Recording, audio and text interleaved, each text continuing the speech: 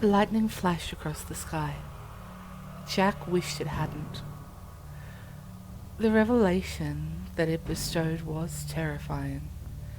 Large, fat raindrops spilled from above, drenching the mighty creature standing under the hole it created upon entry.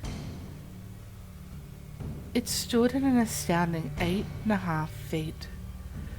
Skin a bright, lush emerald green. Most of its head was bald, save for a small mohawk patch running the length of its forehead, down its back and disappearing under its fur loincloth. Time itself seemed to come to a halt as the monster let its heavy, bright orange eyes wash over the people. Thick, misted breaths erupted in a calm stream from its wide-ridged nostrils. It opened its wide mouth, revealing a dangerous and unusual 3 rows of jagged, rock-crushing teeth. A single row laid out on its upper jaw, descending and closed perfectly between the lower of the longer and sharper sets, discolored by what could have been anything from dirt, decay, or blood. Muscles, thick and massive, rippling, throbbed softly under its breath.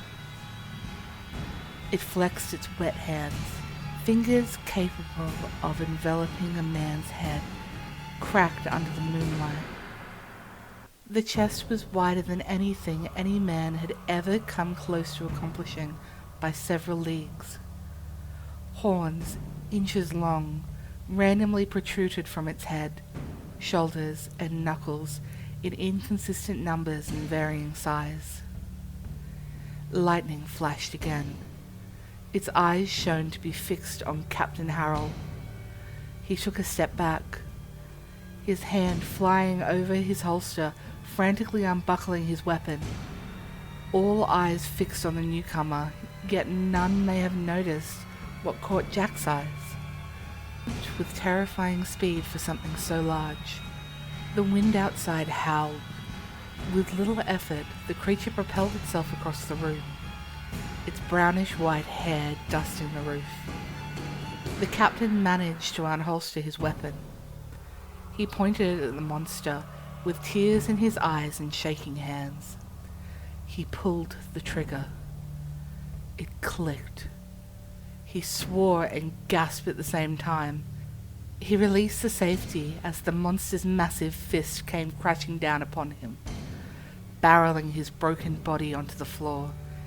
Everyone screamed at the same time and chaos erupted. The creature faced the crowd, its eyes narrowed, selecting its next prey. It opened its mouth to savor the terror. Thick globs of mucus slid down from its mouth. It was getting excited. The thought of such a feast sent chills through its once dormant blood. A loud crack rang out, again, then again. In a pool of blood, the captain had managed to carry out his duty to the very end. Protecting the people, destroying the menace. The monster was both startled by the noise and the fact that such a frail thing had managed to survive a direct attack from him. It glanced at the minuscule sack of flesh that had dared to strike back. It picked up the man, knocking away his little pistol as he waved it in its face. It studied his face. It chuckled to itself once. Mouth sprung open like a mighty bear trap. It snapped shut in the captain's face, ripping it away. He never had time to scream. The rain had stopped. The skies were clear again, and the moon's light shone brightly over the field, illuminating the frightened people, most of whom had slowed or stopped. Some huddled in groups, more out of fear of being alone than any misguided notion of banding together as one to fight back. The creature howled once, a crackling and deep howl that filled the night with dread and despair. Jack felt his blood freeze. His heartbeat rose rapidly, and he felt a dizzying sensation overcome him. But he had to focus. He had to remain steady. His life could very well depend on it. All about him he heard people whisper frightened questions. What was it? Where did it come from? What did it want? Is it gone? None of all that bothered him. He just wanted to find Tina. Under the brilliant glare of the moonlight, he checked the faces of the locals, his eyes scanning the small gathering of heads, searching for anything blonde. His ears picked up when he overheard a few locals begin to voice the possibility of going back to the ball hall. He wished he could find Tina and get her the hell out of this nightmare. He screamed out her name once and waited for any response.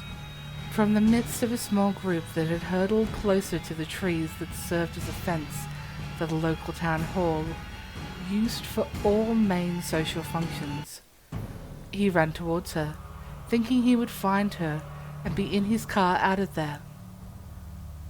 A loud crash interrupted the thoughts of everyone within the area.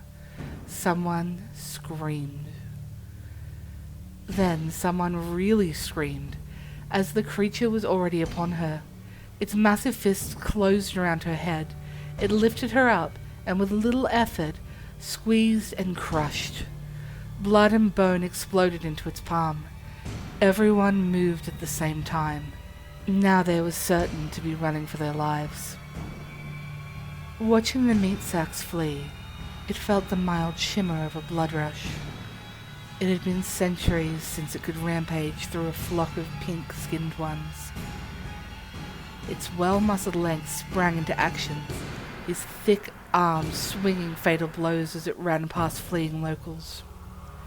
Jack saw a brilliant flicker of Tina's hair disappear through the trees, and he hustled. Just beyond the trees was the parking lot. There were a lot less cars, as those who had already fled were long gone.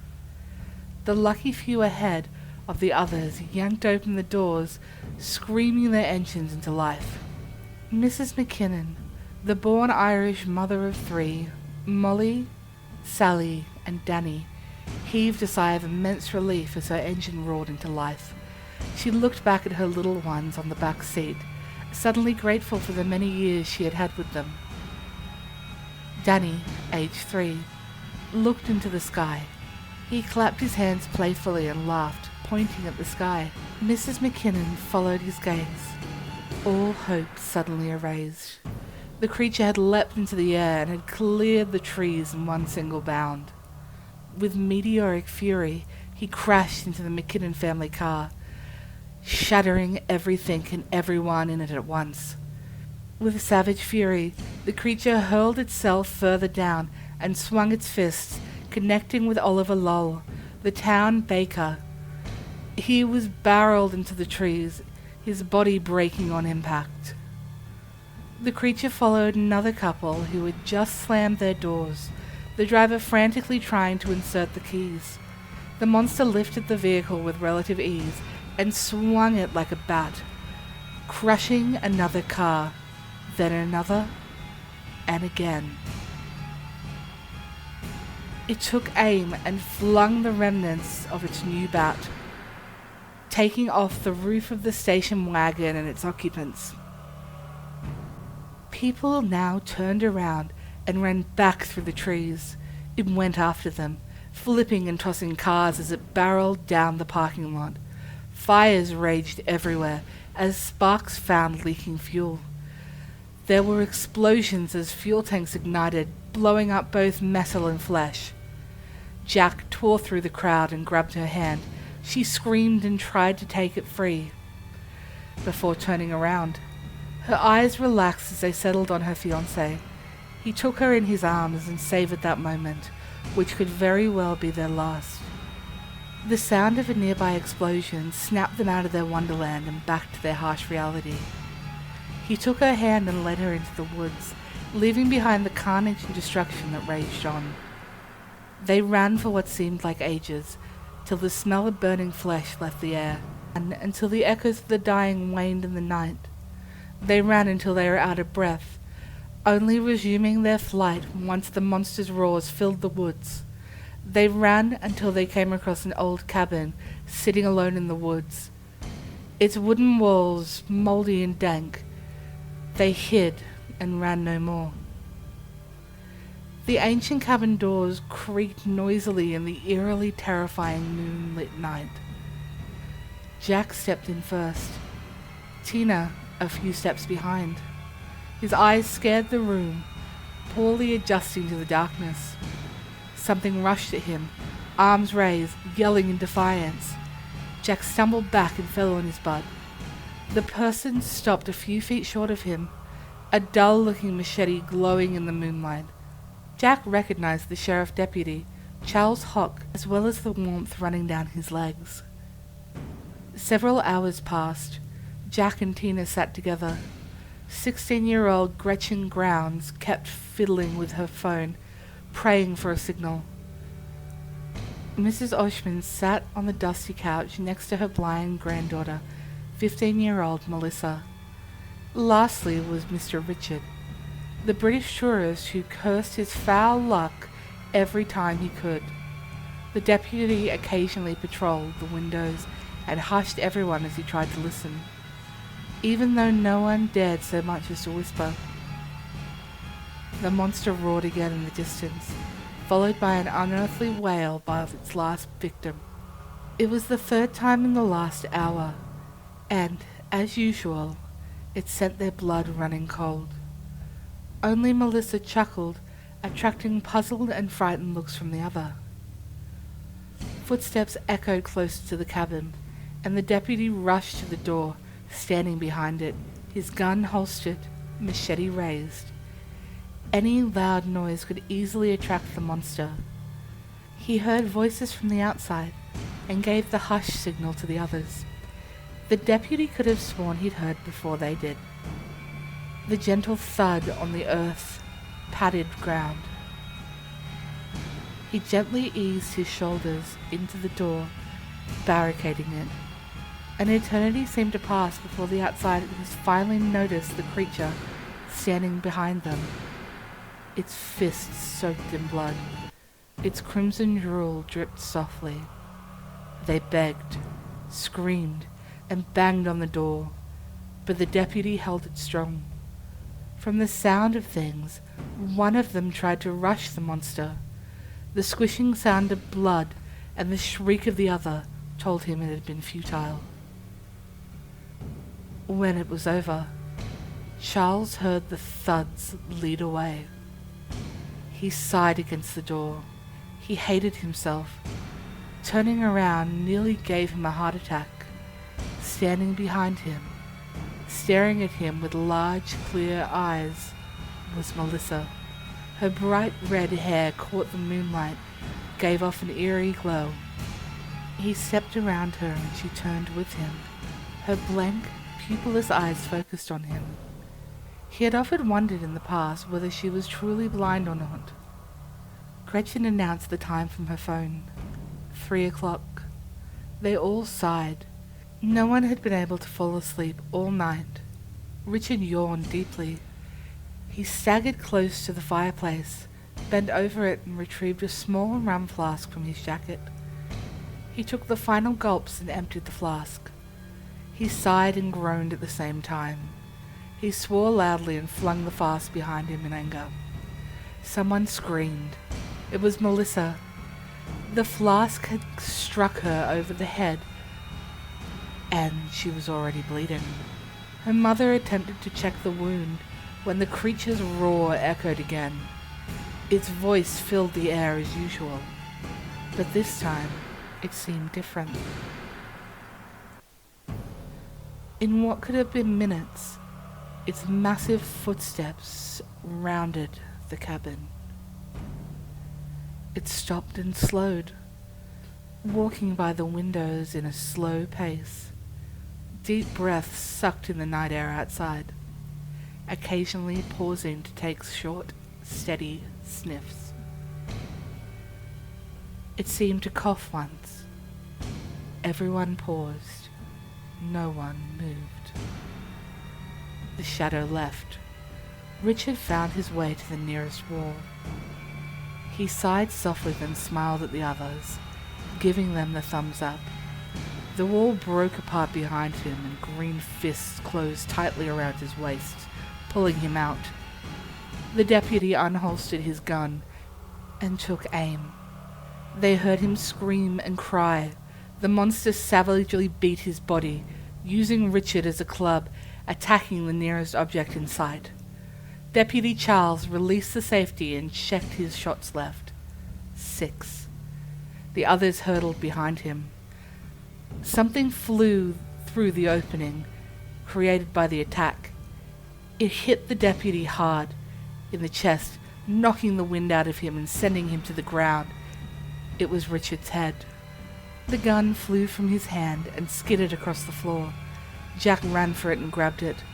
The creature burst in and was upon him before he could react, knocking him across the side of the room. It bore down upon the women. Gretchen grabbed Melissa and ran for it, followed by Tina. Mrs. Oshman tried to keep up, but tripped and fell. The others made it to the door, just as she turned around in time to see the dirt-caked floor crash into her head, squashing it like an overripe fruit. The creature turned to Jack, then the door. He stood weakly and aimed his gun at it. It seemed to pick the girls, and instead jumped through the roof. Adrenaline rushing Jack picked himself up and chased.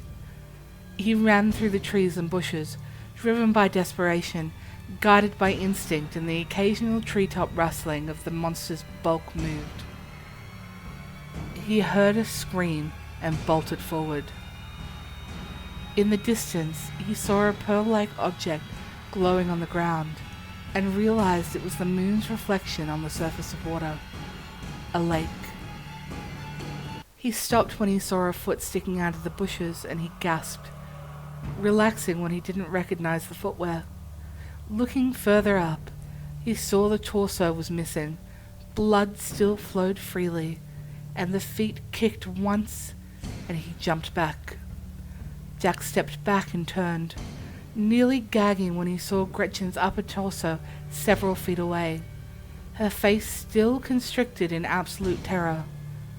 In the distance, he heard someone scream in defiance.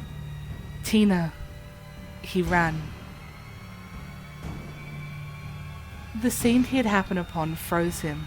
Tina stood between the monster and Melissa. She was urging the blind girl to run for her life. He raised the gun and fired.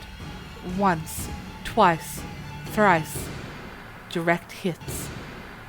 He squinted at the wounds, but they could barely qualify as such. The bullets just seemed to be stuck in its back. Undeterred, Jack charged at the monster, unleashing his war cry. Swiftly it turned and swept him away. For the second time that night, Jack felt himself fly through the air. He hit a lone tree and felt several ribs shatter. On his chest were several long gashes where the creature's horn knuckles sent him flying. He forced his eyes to open and watched. The monster picked Tina up by the throat, as it had done with so many others that night. Something glinted in its eye. Jack watched as it grabbed her left hand. She never stopped screaming. It yanked her entire arm free in one swift movement. Blood gushed like an oil well. Her wail splintered Jack's ears. The monster flung the arm at Jack. It hit his head and landed in his lap. Her diamond engagement ring glittered brilliantly in the moonlight. He cried, cursed, screamed, and was silent at the same time. Pure willpower pushed him to his feet. He'll be damned if he didn't kill this bastard. He fired twice and hit once. No effect. Now he fell back against the trees, defeated. He watched the creature close in on Melissa, who had stood still, her eyes empty, focusing on it. The monster walked gently, savoring the moment. It stood over her. Its towering height quickly overshadowed her, its orange eyes glowing, wide and focused. The monster dropped to one knee, its massive bald head bowed low. Melissa placed her hands on its chin and raised its head, tears in her eyes. She caressed its face, its lips, her black eyes staring lovingly into its own. Finally, it stood, and she flung her arms around it, not even capable of getting across. It in turn bowed its head low, both arms locked around her, both breathing softly. An eternity seemed to pass for Jack. He stood, unable to speak. With her tiny, delicate hand disappearing into its, they walked towards Jack, hand in hand. He watched the couple, as if in slow motion, walk by him. Melissa smiled and waved at him as they passed him by, her towering partner oblivious to the helpless mess of a man sitting with his fiancée's severed arm. Overhead, a thick, dark cloud had masked the moon's light, thrusting the forest woods into darkness. Together they disappeared into the woods, footsteps fading away into the trees. In the moment's reprieve from the moonlight, gunshot rang out into the eerie night.